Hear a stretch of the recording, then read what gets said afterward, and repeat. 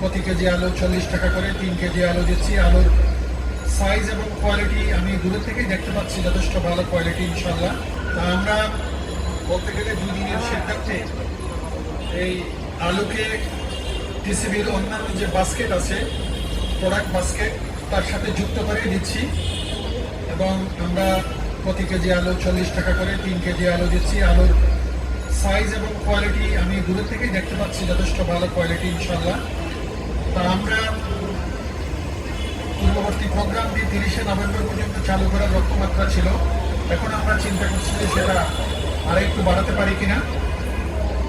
আমি আমাদের সাংবাদিক বা মিডিয়ার যারা আছেন তাদেরকে আন্তরিক ধন্যবাদ এবং কৃতজ্ঞতা জানাতে চাই। বিশেষ করে বাজারের এই পরিস্থিতিটা তারা সবসময় একটা সঠিক মূল্যায়ন করেছে। বাজারে যে উৎপাদনের সরবরাহের একটি ঘাটতি ছিল এবং নতুন আলু আসার মৌসুমটা একটু বিলম্বিত হয়েছে, যে কারণে দাম তুলনামূলকভাবে গত বছরের তুলনায় বেশি বেড়েছে।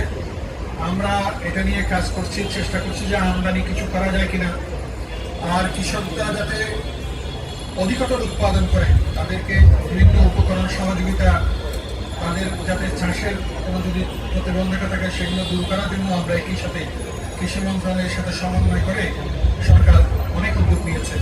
আমি শুধু এইটুকু বলতে চাই, আমরা এই যে আজকের যে আলু আমাদের প্রোডাক্ট বাস্কেট হিসেবে যুক্ত হলো, সেটি আমরা আগামী দিনগুলোতে এবং প্রাথমিকভাবে আমরা 31শে ডিসেম্বর পর্যন্ত যদি রাখতে পারি সেটি আমরা প্ল্যান করেছি।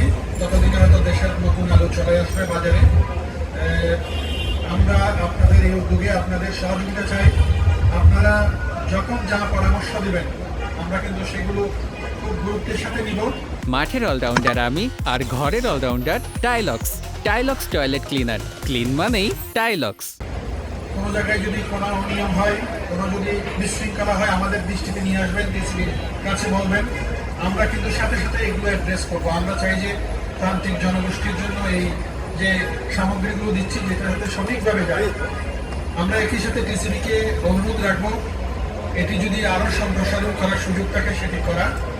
আমরা বেসরকারি উদ্যোগকে সংযুক্ত করেছি। ফসল.com নামে একটি প্রতিষ্ঠান, জেলা এবং উপজেলা পর্যায়ে আরও অনেক ব্যক্তিগত বেসরকারি উদ্যোগ ইতিমধ্যে যুক্ত হয়েছে।